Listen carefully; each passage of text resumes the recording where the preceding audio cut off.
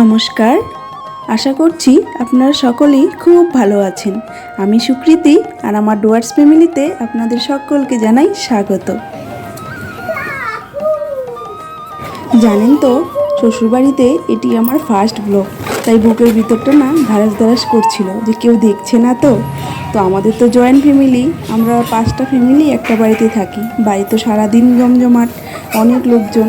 মনে হচ্ছে কেউ না কেউ এদিক থেকে ওদিক থেকে হয়তো দেখছে আর আমাকে নিয়ে হাসাহাসি করবে। তো এর জন্য না একটু পরে ভয় ভয়ও পাচ্ছিলাম। আর আমার বর টুকুর টুকুর করে একটু ভিডিও করে দিচ্ছিল। আর এইদিকে আকাশের অবস্থা দেখুন, মানে লজ্জা পাচ্ছে, বৃষ্টি হবে কি হবে না। এই যে ইনি এখানে দাঁড়িয়ে আছেন, উনি হলেন আমার শাশুড়ি মা। তো উনি উপর থেকে যতটা না শক্ত, ভিতর থেকে ততটাই নরম। যখন আমি বিয়ে করে এই বাড়িতে এসেছিলাম, তখন আমার দাদির শাশুড়ি বলেছিলেন যে তোমার শাশুড়ি মাকে উপর থেকে বিচার করো না, ওনার সঙ্গে মিশো, কথা বলো, তাহলেই বুঝতে পারবে যে উনি কতটা নরম। তো সত্যি কথা বলতে প্রথম একটু ভয়েই পেতাম, কিন্তু এখন সব কিছু ঠিক হয়ে গিয়েছে।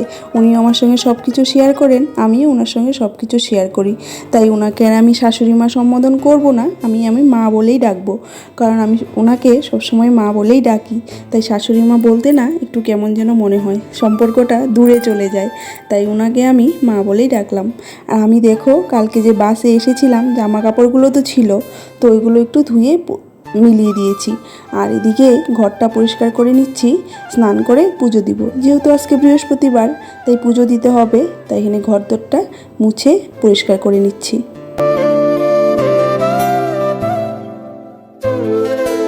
আর জানেন তো, বিয়ে করে প্রথম যেখানে এখন আমি পুজো দিচ্ছি, এই রুমটিতেই উঠেছিলাম। এটি হলো আমার বেডরুম। ঘরে ঢুকেই না একদম মনটা ভরে গিয়েছিল। কেন বলুন তো, ঘরে যে রঙগুলো করা ছিল না, একদম নতুন ছিল, আর কালারটা ছিল আমার বেশ পছন্দের। 4টা ওয়ালে 2টো করে কালার ছিল, আর কালারগুলো মানে খুবই পছন্দ ছিল। যেহেতু নতুন করা হয়েছিল, একদম ফুটে উঠছিল, তাই খুব ভালো লেগেছিল আমার এই রুমটা।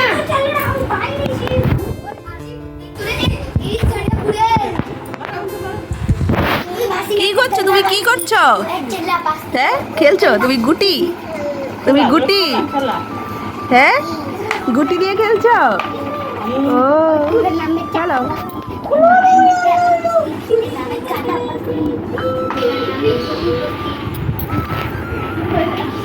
আর চলুন যাই এখন রান্না করি, গিয়ে তাড়াতাড়ি রান্নাবান্নাটা সেরে নিই। তার কারণ যা রৌদ্র উঠেছে আর প্রচণ্ড গরম, আর এই বাড়িটাতে না অনেক বেশি গরমও লাগে। যেহেতু চারিদিকে ঘর, তো হাওয়া বাতাস একদমই ঢুকে না, তো খুবই গরম লাগে। আর যেটি হচ্ছে আমার রান্নাঘর, খুবই ছোট আর একটু অগোছালো। তো আর জানেন তো, এই বাড়িতে আসার পরে না আমার যতটা ভালো লাগে, আমার মেয়ের তার থেকে অনেক ঢের বেশি ভালো লাগে। যেহেতু এখানে ওর কাকাগুলো আছে ছোট ছোট, ওদের সঙ্গে খেলতে পারে।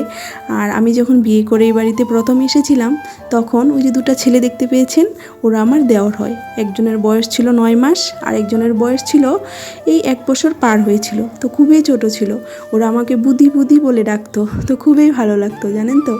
আর দেখুন, আমি যে সবজিগুলো আলাদা করে রেখেছি, ওখানে আছে মুগের ডাল, তারপরে একটা শাক আছে, বাঁধাকপি ঘন্ট, আর করলা আলু ভাজা আছে। এগুলো হলো নিরামিষ আমার দেওরের জন্য। ও শ্রাবণ মাস পালন করছে, তো কোথাও ঘুরতে টুরতে যাবে ভোলানাথ বাবার মাথায় জল ঢালতে, তো সেজন্য নিরামিষ খাচ্ছে। তো ও নিরামিষগুলো আমি আলাদা করে রেখেছি। আর আমি এখন রান্না করব হচ্ছে মাছ। যেহেতু আমার ননদ এসেছে, সে তো আর নিরামিষ খেয়ে বাড়ি যাবে না, তো তার জন্যই আনা হয়েছিল ইলিশ মাছ আর পুঁটি মাছ। পুঁটি মাছটা ছিল আমার পছন্দের, আর ইলিশ মাছটা ছিল বাড়ির সবার পছন্দের। আমিও ইলিশ মাছ খেতে ভালোবাসি, তো আমি ওকে বলেছিলাম যে আমার জন্য একটু ছোট ছোট মাছ নিয়ে আসো। তো ওই যে পুঁটি মাছগুলো আমার জন্য নিয়ে এসেছে, ওটা দিয়ে একটু চচ্চড়ি বানাবো আর একটু ভাজা বানাবো। সেই তো খাওয়া দিচ্ছিস? হ্যাঁ বাবা, তুমিও খাচ্ছ? তুমিও ফুচকা খাচ্ছ? হ্যাঁ, খাচ্ছ নাকি? আমাকে এটা বানাই দিত। ঠামি রে, ডাক দিলি না? ঠামির মাথায় নষ্ট। হ্যাঁ,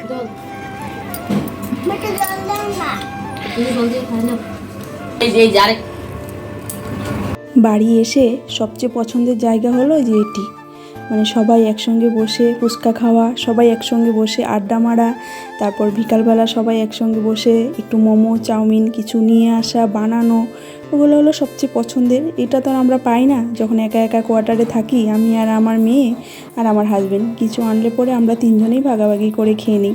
আর বাড়িতে আসলে পরে ওকে দাও তাকে দাও, আমার জন্য অল্প থাকে, আমাকে একটু দেরে, মানে এই সময়টা খুবই ভালো লাগে। তো এই দেখুন আবার চলে এসেছি রান্নাঘরে, আর এই যে এখন বানিয়ে নিব ইলিশ মাছ ভাপা। তো আমি ননদকে বলছিলাম যে তুমি কি খাবা বলো, ও বললো যে দাদা যেটা খায় আমিও সেটাই খাবো। তো দাদাকে বললাম, ও বলে বোন যেটা খায় আমিও সেটা খাবো, ওকে গিয়ে বলো। তো সবার পছন্দের ইসে করে বললো ঠিক আছে তাহলে ইলিশ মাছ ভাপা বানাও। তো এই ইলিশ মাছ ভাপা এখন বানাচ্ছি। তো এখানে দিয়ে দিয়েছি শস্য আর একটু পোস্ত আর একটু লঙ্কা বেটে দিয়েছি, আর কিছু দিইনি। আর দিয়েছি কাঁচা তেল আর হলুদ আর লবণ, বাস পুরোটা একসঙ্গে মেখে নিয়েছি। আর জানেন তো ইলিশ মাছটা না আমি আগে হালকা একটু ভেজে নিয়েছিলাম, মানে কড়াইয়ে দিলাম আর উঠালাম এরকম করে একটু হালকা ভেজে নিয়েছি। আর এই যে ভেজে তেলে আর মাছটা একসঙ্গে রেখে দিয়েছি, এটা এখন দিয়ে দিব, দিয়ে একটু উলট পালট করে নিব, নিয়ে তারপরে দিয়ে দিব। আর আমি প্রথমে ভেবেছিলাম যে এটা আমি ভাতের হাঁড়িতেই দিয়ে দিব, কারণ মাছটা তো হালকা একটু ভাজা আছে, তো দিয়ে দিব। অ্যাকচুয়ালি কী বলেন তো, আমাদের বাড়িতে না সবাই কাঁচা মাছটা সেরকম পছন্দ করে না, ইলিশ মাছ তো ভাপা তো কাঁচা মাছ দিয়ে বানায়, তো ওরা পছন্দ করে না এতটা, এর জন্য হালকা একটু ভেজে দিলাম। তো ওটাকে এখন দিয়ে দিব কড়াইয়ে। আর আমি ভাতটা না আলাদা রান্না করে ফেলেছি, কারণ মা না ইলিশ শস্যটা খুঁজেই পাচ্ছিল না, কোথায় রেখেছে খুঁজেই পাচ্ছে না। তো এই করতে করতে ভাত হয়ে গিয়েছে আর শস্য খুঁজে পাওয়া গেল না, তারপরে কোথায় যেন গিয়ে অল্প একটু পেয়েছে, সেটা দিয়েই এখন বানাবো। আর এটা এখন আলাদা করে বানাবো, আলাদা কড়াইয়ে জল দিয়ে ফুটিয়ে নিব। তো চলুন দেখতে থাকুন কেমন করে বানাচ্ছি।